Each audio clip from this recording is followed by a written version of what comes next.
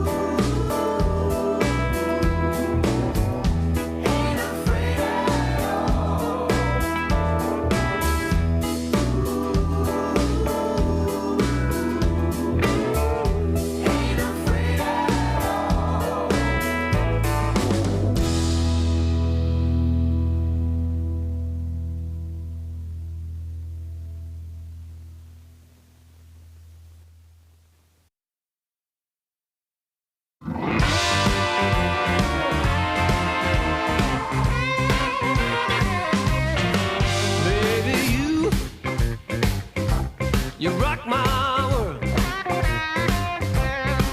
baby. You rock my world like no one else. You make it spin and twirl, baby. You rattle my chain.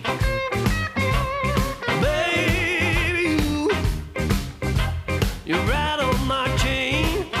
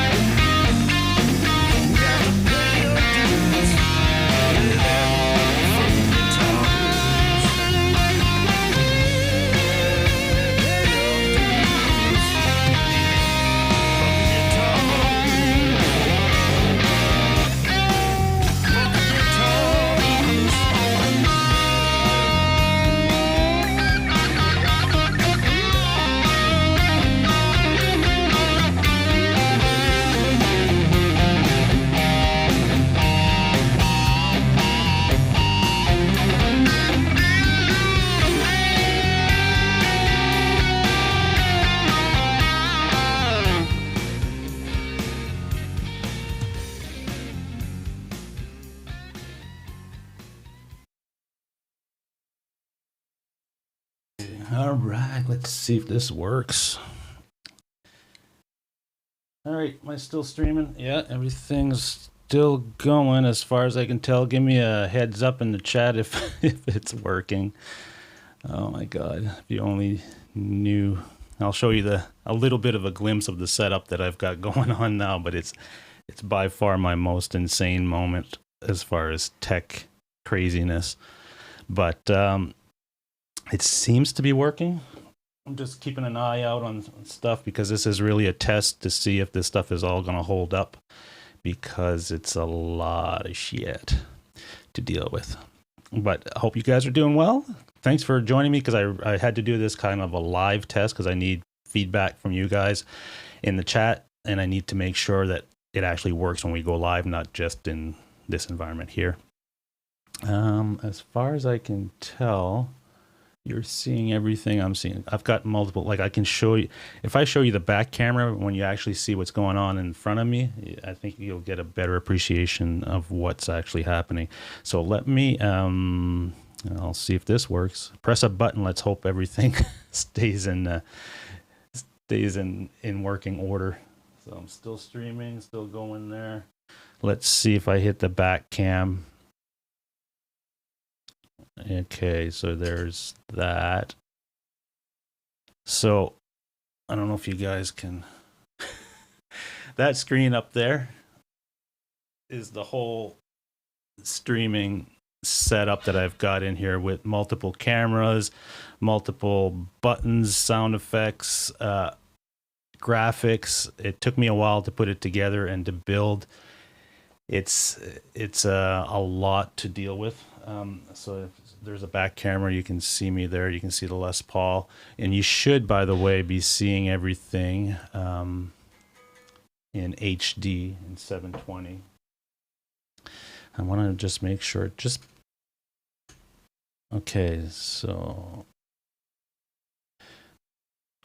I've built Skynet. I absolutely, tomorrow night on my show, I'm going to give you a little bit more of an in-depth look with the mobile cam, so I can actually go and show you piece by piece of some of this stuff, because it's a lot. There's a lot here, so it's kind of hard to even put into words when you're looking at it from the back camera and you see this top screen up here with all the sources and everything going in, and then what I show you what's going on my desk.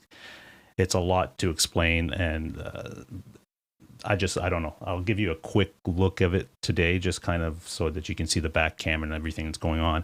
I'll just move out of the way. So there's a lot of shit here. But, and then I've got this whole streaming encoder thing that I had to kind of build so that it would allow me to use this small amount of bandwidth that I have available to me here at home and try to stream in HD. And that is a project in itself. So I hope that it holds up. Last week I kind of started with the testing and I did my live show with it, and it dropped out about 10 minutes in, and then I had to restart the stream and get it going again, and then it stayed solid for the full hour. So that's the type of stuff that I really need to get tested and see if it's going to work, and if that encoder setup is going to work for me. If it doesn't, then I've got to look at another solution, or keep coding and keep trying to get it all to talk to each other properly. But it's pretty cool. I've got stuff like, you guys should hear that. There you go.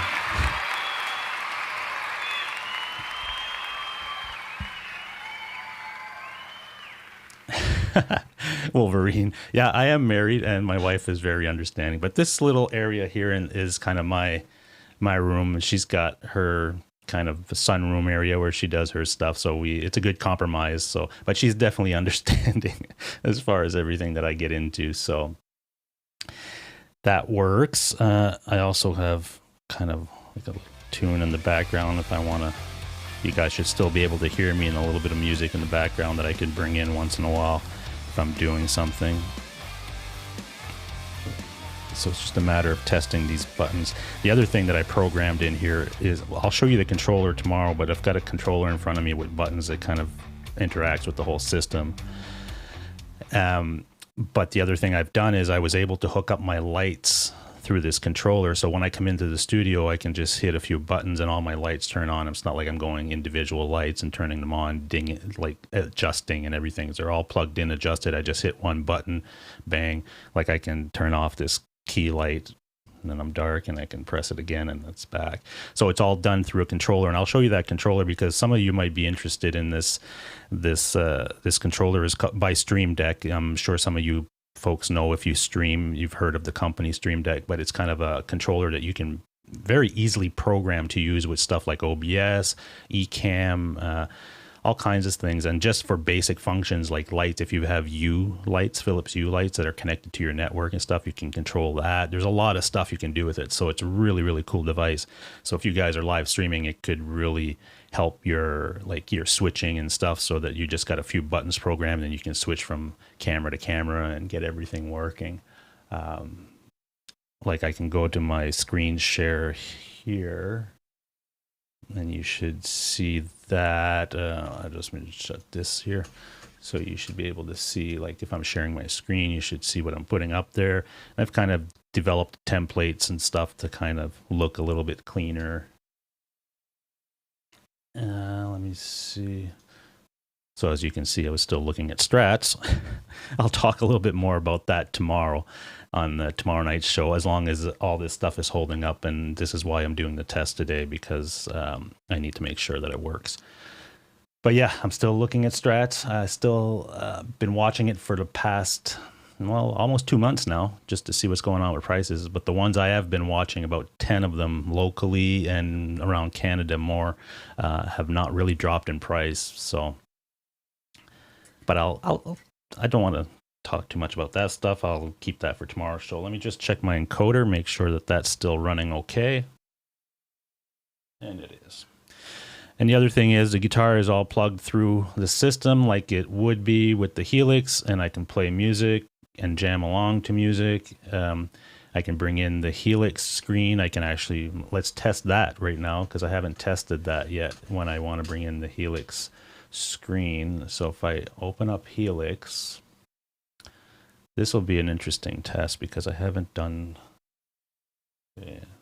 And don't mind me looking around and stuff, because there's a lot of stuff in front of me that gives me status updates as far as if we're still streaming and what the quality of the stream is and all that good stuff. And the reason I wanted to stream today at noon, because it would be a time when a lot of people are, because it's not really that nice here as far as weather-wise, so people are probably watching movies and doing stuff inside in my area. So it would be kind of a good test to see if the network holds up for me to stream in this mode. Let me see if I can bring my Helix HD. There we go. And that gives you the Helix kind of look, and that's actually the patch that I'm using right now. If I get rid of that. I'm just seeing if I need to make an adjustment. You can see the top part. It's hard for me to see it on my screen. I'll have to look back at the screen, at the stream, to see what you guys are seeing. Are you still? I am not using Ecamm right now. I did use it last week, and I've since gone, because I use something called a TriCaster at work, and I figured I need to be using that more, because especially now that I'm doing a lot of work from home and I'm not in my studio at work, I need to keep my mind refreshed on that software and that interface. So I figured I'd implement the TriCaster stuff here at home as well, so that I can talk to the office and do all that stuff remotely, but use the same type of interface and system. And it's a much more robust system to do this type of broadcasting stuff. So it allows me more functionality. But Ecamm is amazing, and I'm still kind of using Ecamm in a way, because I bring up Ecamm and I can bring the feed, all this stuff, into just one window of Ecamm and broadcast that out to stuff like Zoom or Microsoft Teams or even StreamYards if I wanted to. And that's the other thing that I'll be testing in the near future is doing remote interviews and stuff like that with folks, which I haven't been able to do in the past because of bandwidth limitations, but I've since changed some stuff in the networking area. So hopefully that'll allow me to do that. as I move forward, but I'll have to test that because what I'm planning to do is put up a 2-shot, bring in somebody via Skype, and then do some interviews and stuff. Let me see if that works, the 2-shot. So that would be like a 2-shot there that I can, have a guest on or do an interview or what have you, right? So that's still going. I'm just double checking my stream status. That's live. That's still going. It looks like we've been streaming for how long? 22 minutes. Okay. Helix is a bit fuzzy. Comp to video. All right, I'll double check that. It might be a setting that I have to do in the screen share area. Hey, Brian, which blocks do you have on there and what are they? Okay, hold on. Let me bring back my screen share of Helix. Okay. Helix. So this is my the patch that I kind of go between about, I'd say 5 different patches that I use on a regular basis for all my guitars. I really only have the Telly and the Les Pauls as far as the sounds and stuff that go good with those guitars, in my opinion, the stuff I like. But this is one that I use a lot. It's based around a Marshall Plexi. And the blocks, you guys can you see my mouse? You can't. I don't think you can see the mouse on here. Let me double check something in my setup. Show mouse. Okay. And what if I display window?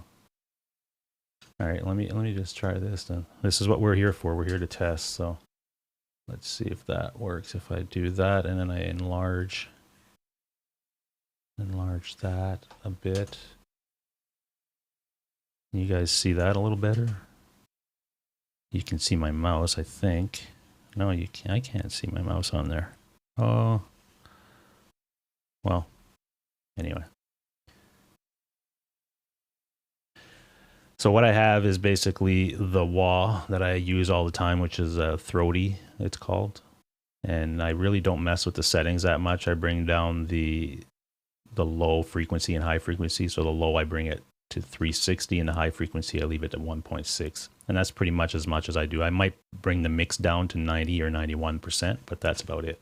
The other thing I'd say to guys that are using the Helix that I found that makes a big difference is in the input block, just that first block right here, is I changed there's a setting here. It's guitar in Z, whatever. It's a guitar impedance, basically. If you leave that on auto, it works, it's fine, but I find that if I bring that to 230K ohm, I guess, I'm not really sure what that means, but when I put it there, it brightens up my pickups a lot more. It gives it a little bit more input, I guess, signal or gain maybe, and I find it makes a pretty good difference.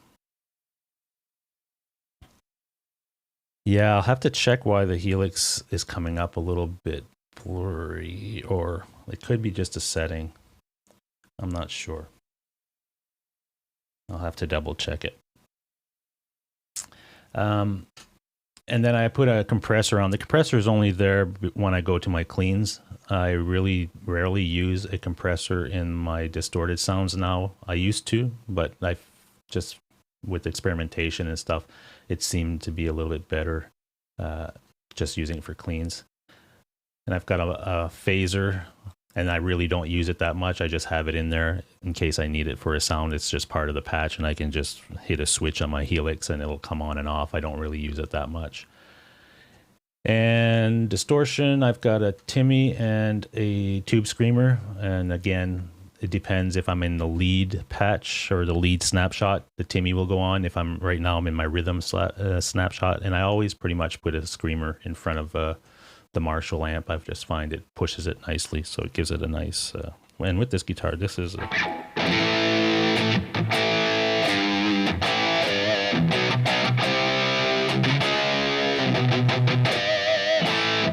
just a nice distorted kind of big sound. I have an amp that I switch to go to clean, and that's pretty much always the Roland Jazz. It seems to work really good for cleans. And then my distorted sounds or snapshots use the plexi here. And I don't know if you guys can see the settings there, but that's kind of how I have that amp set up for that. The other thing I found that seems to be working for me lately is adding this block right after the amp. Make sure that's still going. Yeah, that's still going. There's a block right after the amp. It's basically the Kinky Boost, which is an EP booster. And I just pretty much leave that on all the time, but I put it after the amp, not before, and between the cab and the amp. And I've experimented with putting it in front and in back, and it just seems to work a little bit better in between the amp and the cab. That's something you guys can play with if you want to play with that. The cab is pretty much my go-to cab, which is the Vintage 3412 by Onhammer. And right now, it's the Royer 121 mic. Sometimes I'll use the Royer 121 and SM57 mix type thing, and it seems to work good. And I have a chorus in there. When I'm in my clean sounds, I like to have a little bit of chorus. I have reverb and delay. The key with reverb and delay, especially with the Helix that you can do this stuff with, is I put my delay on one path, and then I put my reverb on one path, delay right underneath in a separate path, and then it joins up again and back. What I'm doing here is basically telling the Helix I want reverb and I want delay. So if they're running both at the same time, what's going to happen is the reverb sound, basically all that ambient, all that echoey type of sound, is going to then go into the delay, and the delay is going to take all that echo and everything else and amplify it even more and add delay to it and all that. So it makes it really, how to explain it, really mushy and not really that great. So when you do the separation of both of these, what it does is the reverb goes and the delay goes, and they don't affect each other. They're coming in and then they're joining up together, but they're not running into one of another to change each other's characteristics and sounds. Then I go into an EQ block just to kind of tweak low gain and high gain frequency. Not really that much there, just a little, depending on the guitar I'm using. And then that's it. So that's that. Let me go back to my thing here, screen. Okay, cool. Yeah, I'm still learning some of this stuff as far as these screen sharing and all that's like, it's just insane the amount of stuff that I've got going on here. Let me hit back my main shot. There we go. So that's working. Okay, stream is still going. That's good. We've been going for about how much here? 29 minutes, almost 30 minutes. So. So I'm not sure why the Helix screen is coming up a little blurry. It could be a variety of reasons, but I think we're supposed to get even a better upgrade in internet in this area soon. I think they're really pushing now because of this whole COVID stuff. Companies are starting to get on the ball with this stuff and giving internet infrastructure to places like the place that I'm in a little bit more importance. So we're starting to see a little bit more work there. So hopefully in the next couple of months that my internet will boost up again more, and then I can broadcast at full 1080p, and maybe some of the stuff like these screens that are very high resolution to see them clearly on screens and computers and iPhones and stuff, it'll come through a lot better. But again, I can only work with what I have, and I am getting something this week that I've ordered to use the cell service combined with my hardwired internet and everything, and combine all the signals so that the signal is pretty much solid. Right now, what's happening with my signal, it stays up. This is all upload speed. It stays up and then it goes down and it goes up, and it just fluctuates a lot. So it's hard for YouTube to get a constant bit rate out of that, and sometimes the quality can suffer, and that's why I can't really go in 1080p at this point in time. But still tweaking. I'm like a mad scientist in this friggin' room. I'll figure it out at some point. I'll figure out what works best. And I got some graphics set up, and I can do one of these if I need to. And the cool thing about this, my graphics are all using another program called Titler Effects, and it's connecting to this software, and I can program everything there and control it with a touch of a button, and I can bring up all kinds of stuff. Just see if there's anything else I needed to test. Hopefully you guys should hear these sounds. I do not understand. Okay. Let me know if you're hearing that stuff.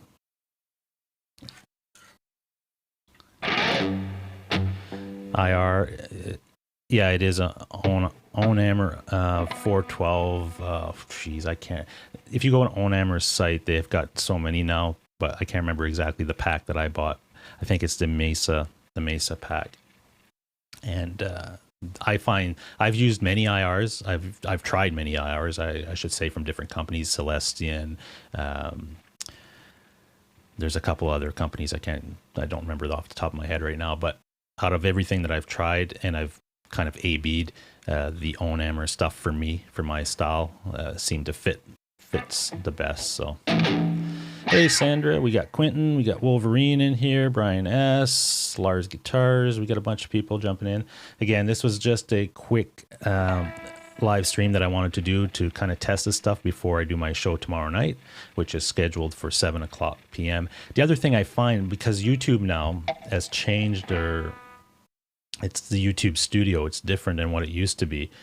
And when you set up a live stream, it's pretty straightforward, but I set it up to say today to start at noon, like the scheduled time.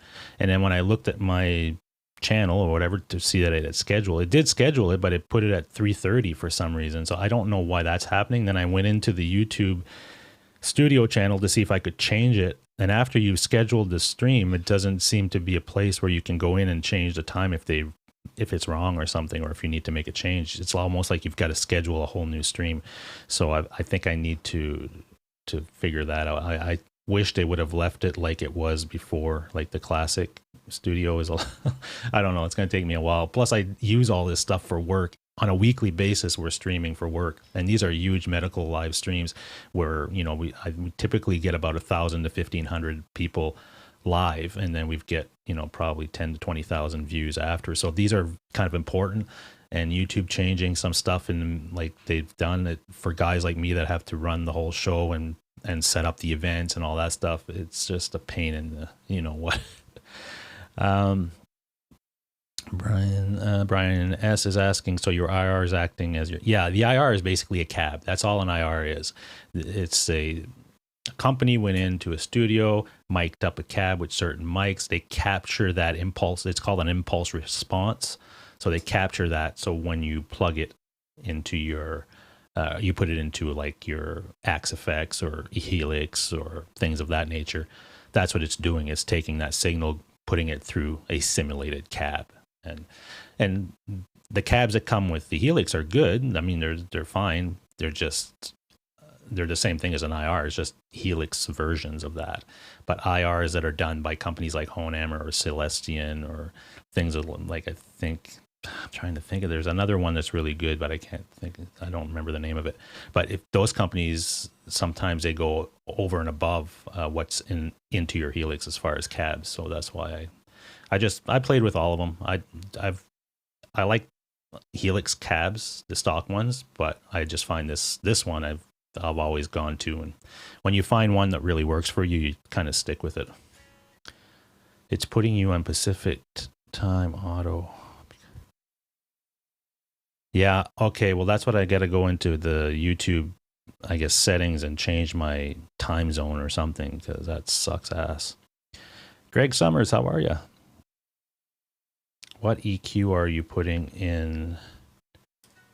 into this mic?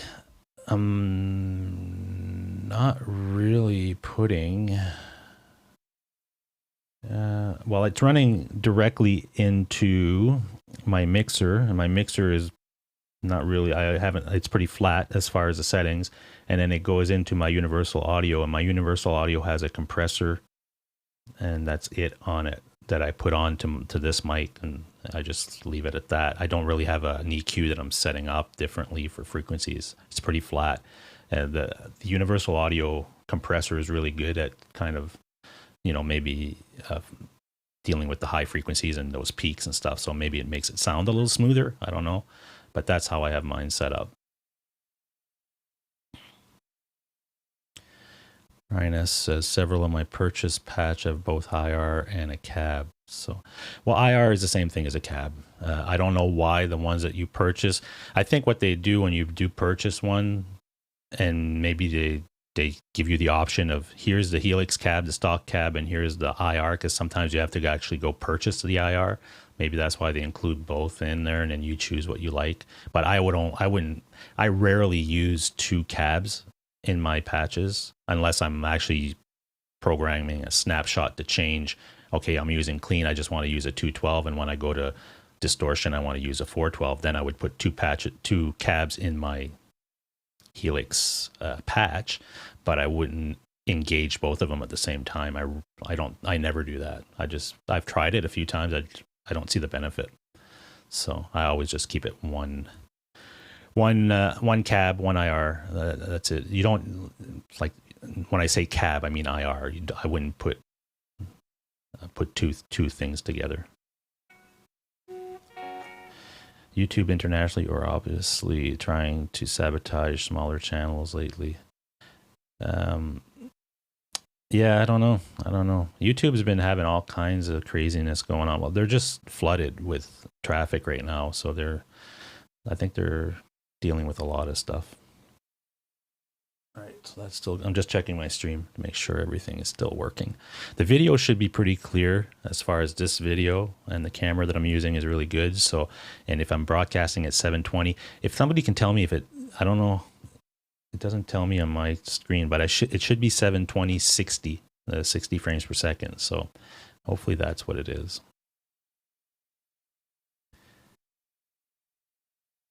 Yeah, I don't know. I've been getting a few subs a week, but not a whole lot of action. But I haven't really been putting out a lot of content. I've been so busy with work and setting all this stuff here in the studio that I haven't really produced any videos other than doing my live show on Mondays. And that's a struggle in the last month because of all the stuff I've got going on. So I'm hoping now that I've got some kind of a setup that seems to be working, like I won't say that too quickly because I haven't tested it enough, that then I can get back on doing stuff. And even writing and recording, I've kind of slacked off over, and I was hoping that this time that I would have being at home all the time, that I would be able to do some more writing and recording and get, the goal is to have 8 to 10 songs by the end of the year, original songs recorded and ready to go. The other challenge that I'm having is that I don't know if they're going to be released as just music, guitar music, or there's going to be singing on top of it. And if there is, I need to find a singer that's going to do that. So just a lot of stuff, everybody's dealing with everything, and it's just a weird time we're living in.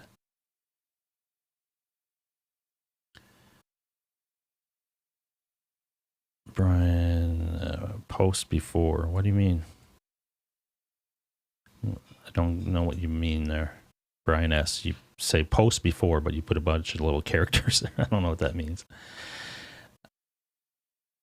Your main video looks 4K, but it's listed as, it won't be 4K. It's just 720. That's all I'm streaming out is 720 because my bandwidth can't do more than that. If I did a 1080p stream right now using the bandwidth I have, it would probably crash and it wouldn't work because I still have very low upload speeds. I was able to upgrade my download speed, but they didn't have a package that would bring the upload speed up more than what I had. So that's why if I can get the modems that connect to this encode, I know this is all kind of crazy talk, and it's for some of you, they're going, what the hell is he talking about?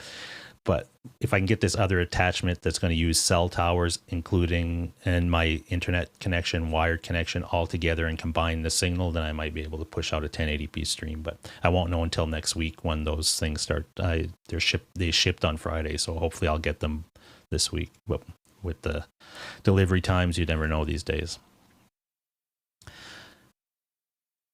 The lens I'm using for my camera is a Sigma 16 millimeter, and it's a 1.6 aperture lens. It's for the one I have is for Sony camera, Sony crop sensor camera. I'm using an A6600. I love that camera because the focus, the autofocus is really, really good, and the quality obviously is very good.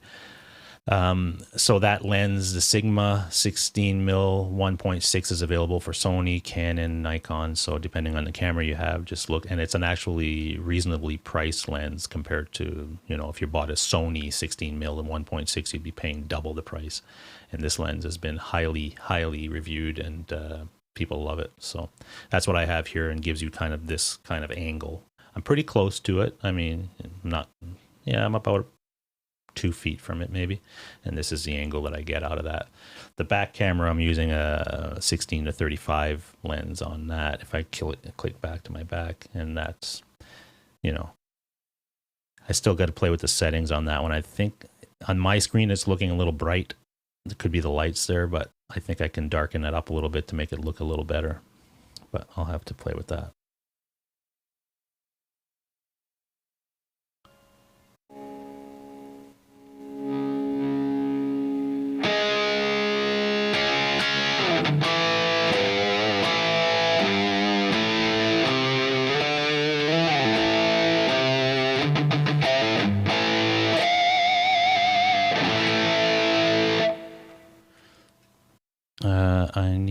I need a wide angle, shallow depth of.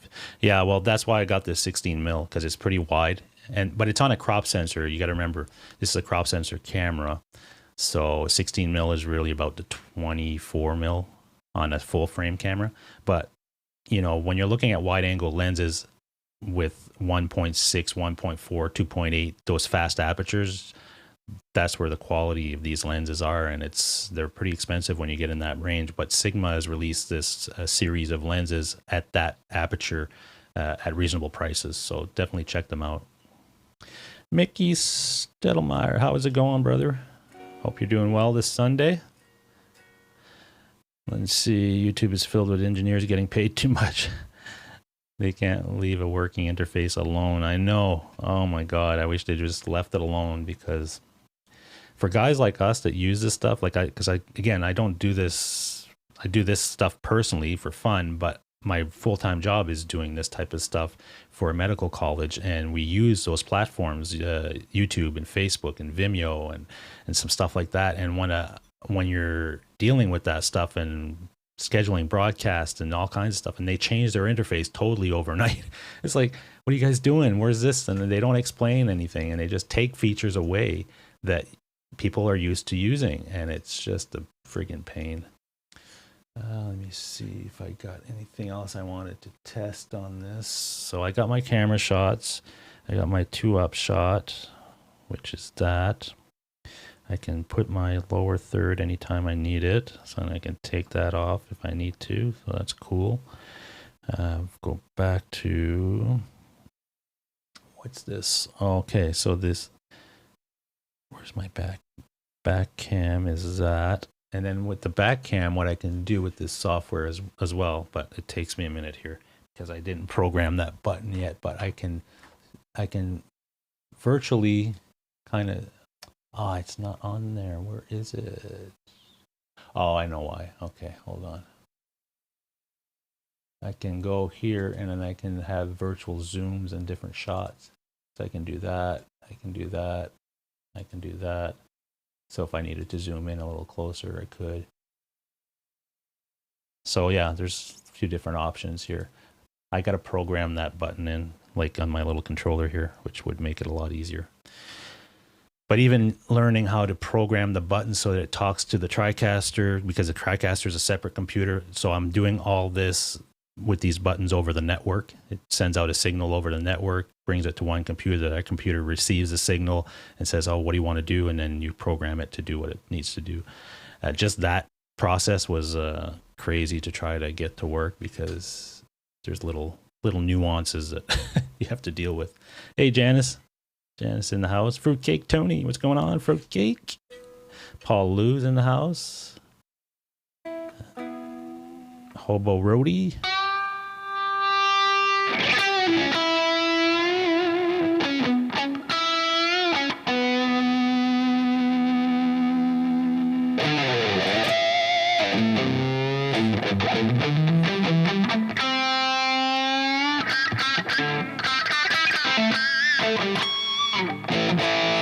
I'm I'm just playing a little bit of guitar so I can, when I watch back, to see if the levels are okay and how the guitar is coming through. Because here I hear it through my monitors, and I should probably, if I'm playing guitar, really put headphones on and jam that way.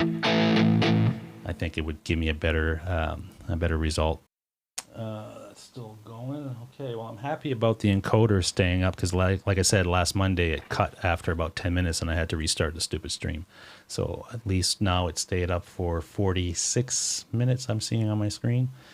So, and then watch tomorrow night when I do my live show. That's when I'll have the issue. But you don't know until you start testing this stuff, folks. It's just insane.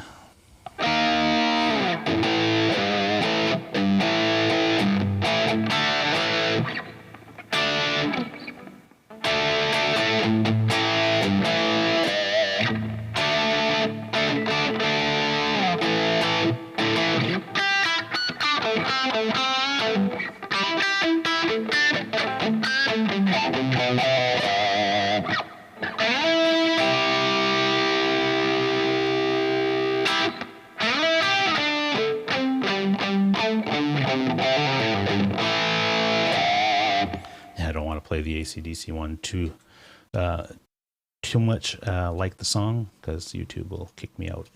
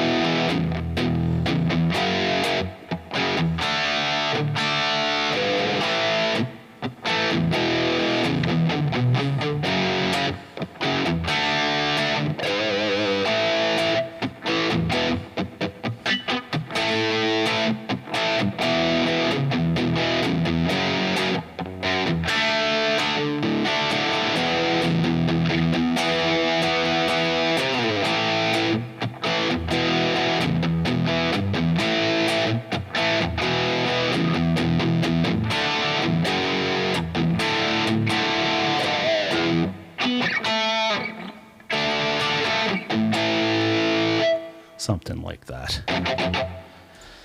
All right, let me see. Brad Miller's in the house. How's it going, Brad? Hope you're doing well. Yep, 15, 16 people in here. Thanks for joining me on the test on the Sunday. I know it's not a scheduled thing for me, but I needed to get this done. Let me just have a quick look at my setup again. It's still showing me... Oh, I know why. Okay, let me try something here. Go back to, I need to show the Google Chrome. Okay, so there we go. There we go. So what do you say we do a song, so that'll give me a chance to test my levels. I'm just looking at my buttons here to see if there's anything else I wanted to test. Oh, I know what I wanted to do. Damn it. I didn't set it up ahead of time. I don't really want to do it right now. Brad Miller says you got snow. Yeah, we got some snow yesterday, but it didn't stay. It was flurries, and then as soon as it hit the ground, it melted pretty quick. Some areas up north got more, but yeah, it sucks. Today it's cold and it's sunny but cold, so we can't. We were going to go riding today, motorcycles, but figured it's kind of shitty, so we won't go today. But next week it's starting to get back into normal, like what should be normal weather for us at this time of year, and then we'll be riding on a regular basis. We went riding last weekend and it was awesome. And I went one night this week after dinner. Went out for an hour, and it's so nice to get out and do a ride once in a while. And we have our Bluetooth headsets all set up now for our helmets, so that's pretty cool. So we can have music and then we can talk to each other. My wife rides her own bike, so she's back there. If I'm going to be making a turn or going somewhere or stopping for gas, I can just click the button and, hey, we're going to do this, do that, and you can talk to each other over through the helmet, so that's pretty cool. I had that I never played with those as much as I've ridden motorcycles all my life. I've never really dealt with the Bluetooth communication systems on motorcycles. I just never really believed in them, and when they came out, they were pretty cheesy. They didn't really work that well, but now the stuff that they're putting out is really good. So last year I invested in a good pair and set us up from both me and my wife to use them, and it's pretty cool. What's normal, Janice? Well, normal should be this time of year about 16, 17 degrees. I don't know what that is in Fahrenheit or whatever it is. Probably about 70, 75, 80 in your terms. Let's see here.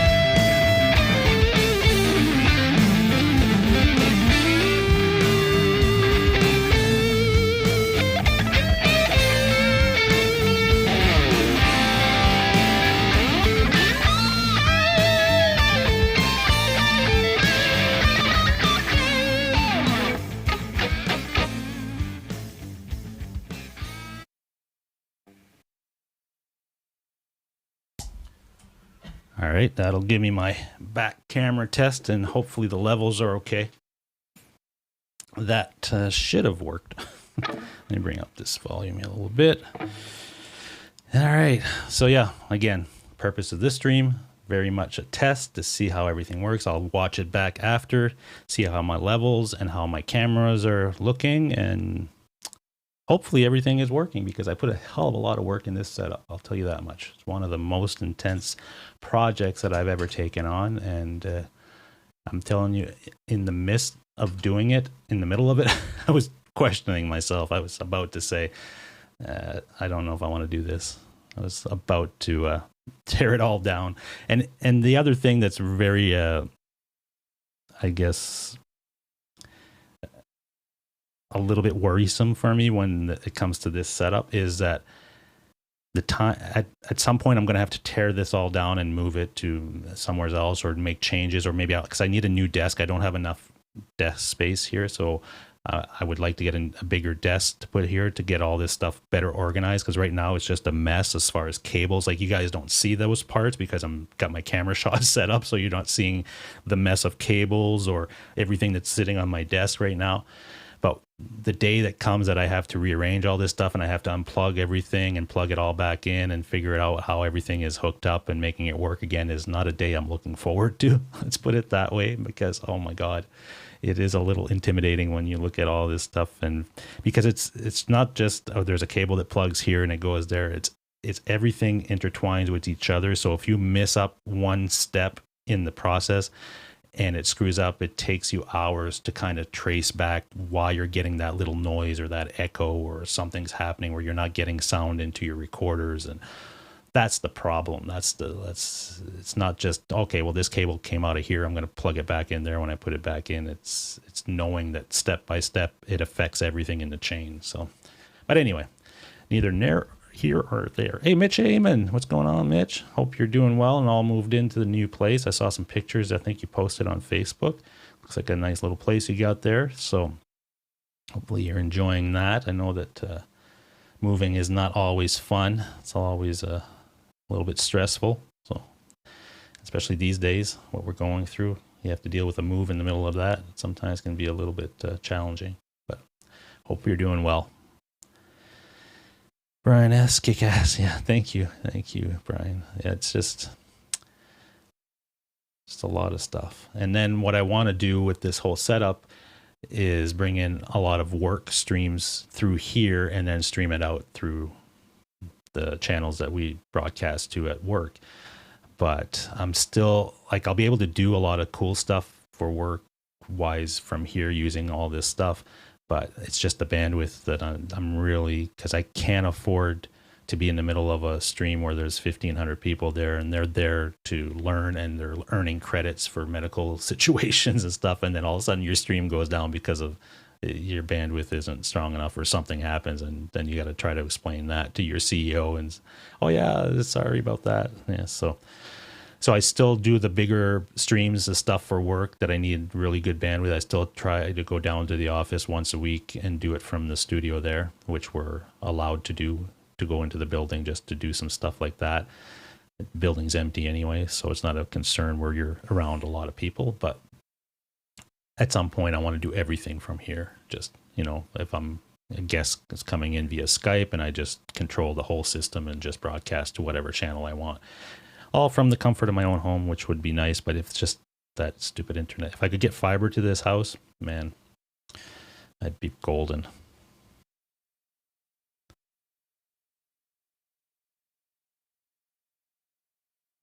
Yeah, Mitch, you're probably going through a lot of that stuff yourself, getting all that wiring figured out. That's the other thing. If I ever do move, oh, good Lord, it's going to be a process. Oh my God. Sometimes simpler, folks, is a lot better. Trust me. My brain just doesn't seem to want to work under the simple setup version, because my wife tells me that all the time, that, why are you putting yourself through all this stuff trying to do this when you can, just do something completely. So put a camera and stream just direct and don't worry about anything. I don't know. It just doesn't seem to once I start something, I want to go that direction, and I'm like, okay, I'll just do that, and that's it. And then I do that, and then I'm going, oh, well, what if I add this? And then, oh, this could be cool if I could control it with this. And then what if, then it's out of control at that point. So at this point, I think, well, I never say that now because I said that before where I'm done and I'm good. But just like guitars, I got the R9 and I'm like, okay, that's pretty much it for me as far as Les Pauls. And soon after I got an R6 and then I got the custom in December. So, and I'm always looking online, if something came up online that was a crazy good deal and it was the color I wanted and it was the model, like I've been looking at R8s for a while now too. A lemon burst would be really nice if I could find that. So if something comes up on my stream and it's really good price, and I sometimes would probably jump on it. But right now it's the Strat thing, and I'll go through some of that stuff tomorrow night. I'll give you an update on where that stuff is at. Brian is a thinker. Yeah, it's a thinker for sure. And sometimes it's not good because a few nights this week I went to bed, and for me, if I'm working on something and there's something that's not working and I don't get it figured out before I go to bed, it's like it'll take me 3 hours to get to sleep because my brain just doesn't want to shut down. It just wants to I just keep going over every scenario in my brain to think, okay, well, maybe if I did this, maybe if I did that, looking for options or solutions. And last night I was tweaking some stuff, finishing up this setup to do this test today. And I figured out one of the problems I was having, and then I went to bed and I slept well last night because I wasn't thinking about that. But a few nights prior to that, setting up this system, it wasn't the case. I was like, my God, it's 3 a.m. in the morning. I'm still thinking about this shit. It's crazy. Brian S. got his RO. Now he wants an Access with really? Oh, no, man. I don't mind. I like Floyd guitars. Like I've never owned one, and then when I play them at music stores, they're fun to play and stuff, but it's not something, if I have the money to buy a guitar, it's not one of those things I'll go and buy because I'm not drawn to those instruments as much as I am like a Les Paul or a nice Telly or something like that. That's where I'd put my money, even though I have Les Pauls, and like people say, well, you already have one of those, go buy one of those if you're looking to spend money on a guitar. And a guitar needs to speak to me as far as I don't know what it is, but when I walk in a room, if I look at a guitar and it inspires me to pick it up and makes me want to go play it a lot, that really is a huge part of what I own and why I own these things. So the Floyd stuff, I don't know, it just I just never jive with that stuff. Hey, there's Bruce, Mr. BHB. You got to change that name, Mr. BHBG Jr. Jesus, I just call you Bruce, brother. Change your name to Bruce. It's a lot easier. I'd sell my PRS if I had a Les Paul with oh my God, put a Floyd on a Les Paul. Are you crazy? Just a Les Paul is just this very simple, nice, solid, no busy Floyd crap. The buttons are the knobs are where they're supposed to be, nice neck, feels good in your hand, looks good. Don't put a Floyd on that. I have to go down there and slap you if you do that.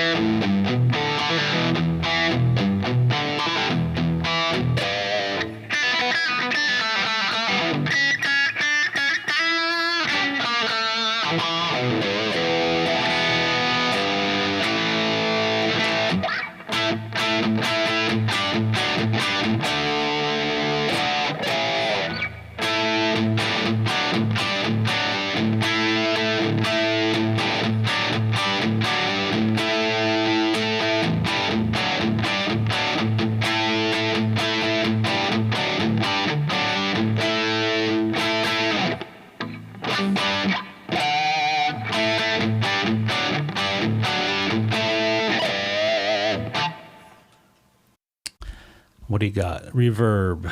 What is that now? What am I looking at? Hold on, let me click on that. Should I click on that, folks? Let's see. Unplayed. Oh my God, no. Les Paul Axis with a Floyd. No, can't do it, brother. I can't do it. Well, let me show you. Let's show the audience what we're looking at.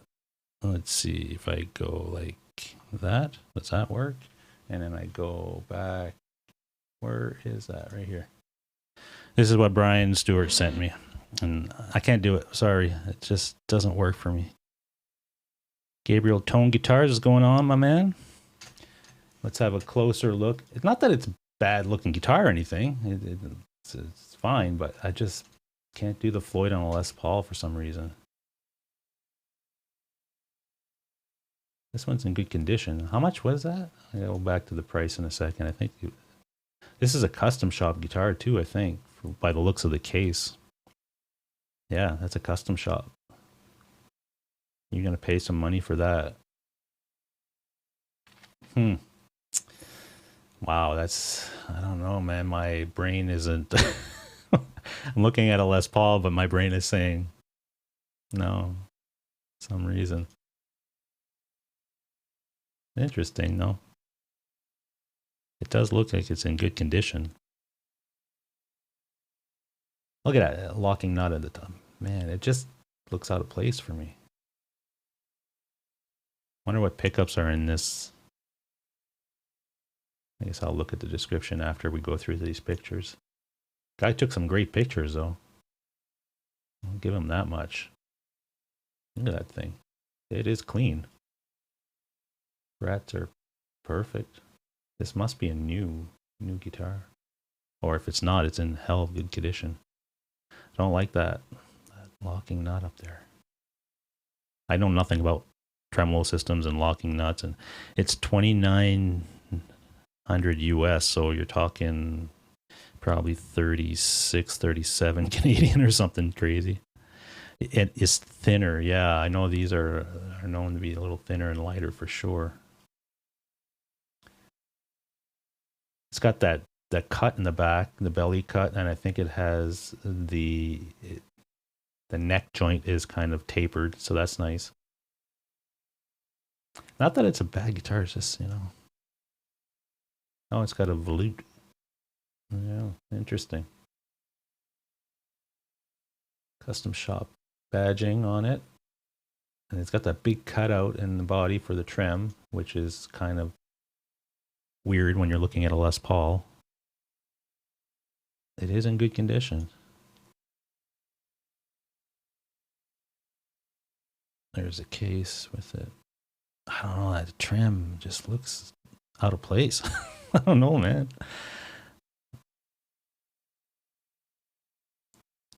Bruce has a Wolf Games special with a Floyd 1000 on it. He's good. Yeah. Yeah, I think you are. You'd be fine with that. It's only money, Sandra says. Yeah, I guess. It's only money as long as it's something that you really want it speaks to you and it's gonna inspire you to pick it up every day and play. That I think okay. But again, that's just me. Let me go back to the description. See what it is, Canadian? $43.55 Canadian for that guitar. Unplayed Gibson custom shop. I don't know. It looks like it's a store that has it. Lovey's Guitar in California. Interesting. Weighs 8.5 pounds. I'm surprised it weighs that much because this is about just a little over 8.5. My R6 back there is lighter than this. It's actually 8.3 or something like that. So I'm surprised that this guitar actually weighs as much as it does, 8.5, which isn't a lot for a Les Paul, but you'd figure that this has a thinner body on it. Maybe the tremolo system makes up some of that weight, I'm assuming. Interesting, but I don't know, man. It's up to you. That's a hell of a lot of money. If I had right now, if I was spending $4,300, it wouldn't be for that guitar. That's just me. And that's because I've got another couple of guitars that I'm looking at. And I know you don't like the sound of this, but it's a Strat. Sorry, Brian S. It looks black, but it's gunmetal gray. Yeah, it looks really in a black color in there. Big store in Cali. The Floyd adds weight. Yeah, see, I don't know much about the Floyd stuff, so I couldn't even comment on much of it. I've picked them up at stores and stuff and kind of played around with it. Didn't know what the hell I was doing, so I kind of put it back and went back to my traditional, oh, let me see that. Volute. Yeah. I mean, there's nothing wrong with the guitar. It's nice, but it's not for everybody. Brian, you need a nice custom shop Strat. Sell your PRS and get a custom shop Strat. 12 to 14 ounces on a Floyd, really? Wow, that's interesting. Let me check this clean patch on here. I haven't checked it with this guitar.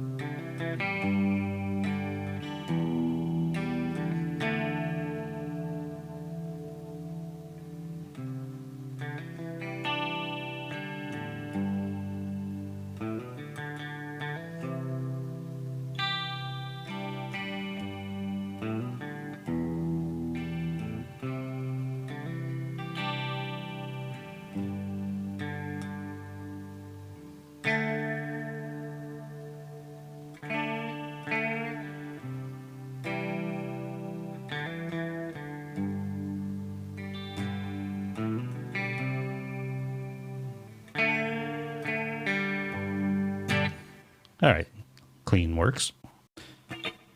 Back to the rock. There we go. Clean sounds, clean and sparkly. Yeah, the clean sound is basically that.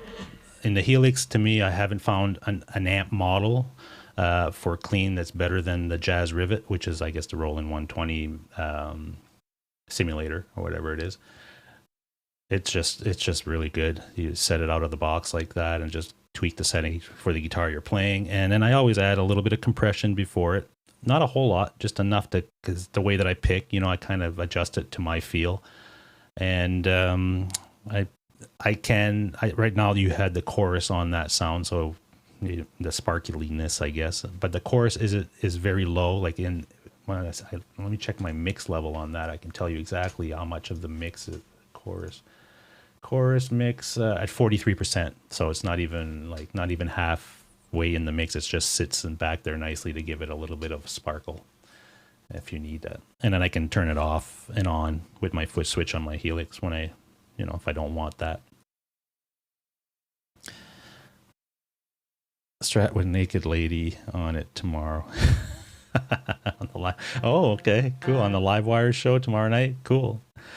Yeah, so folks, check out Livewires tomorrow night at 9. They've changed their time from Wednesdays to Mondays. And again, I'll be on tomorrow night, my regular show at 7 p.m., assuming nothing blows up before then. I'm just going to check my encoder. Hold on. And it looks like it's still working. Thank the good Lord for that. Not sure if anyone's interested, but after Brian's show, this guy from BOC is good. Are you talking about, what's his name? Richie? I think his name is Richie. Yeah, if you're talking about Richie Castellano, I think his name is. That guy's amazing, man.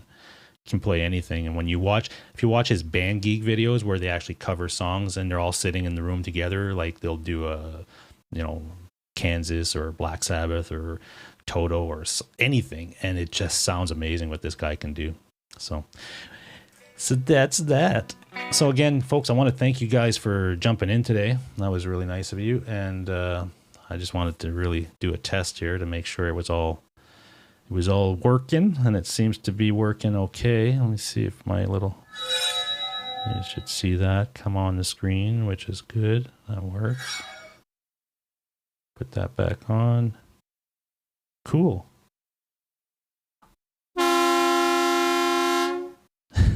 There we go. That signals the end of my shift for today, folks.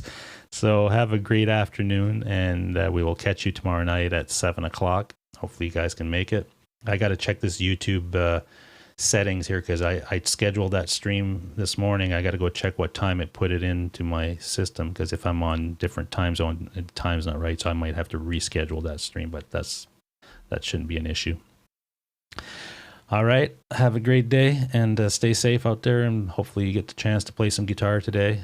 It's good day for it. So have a good one.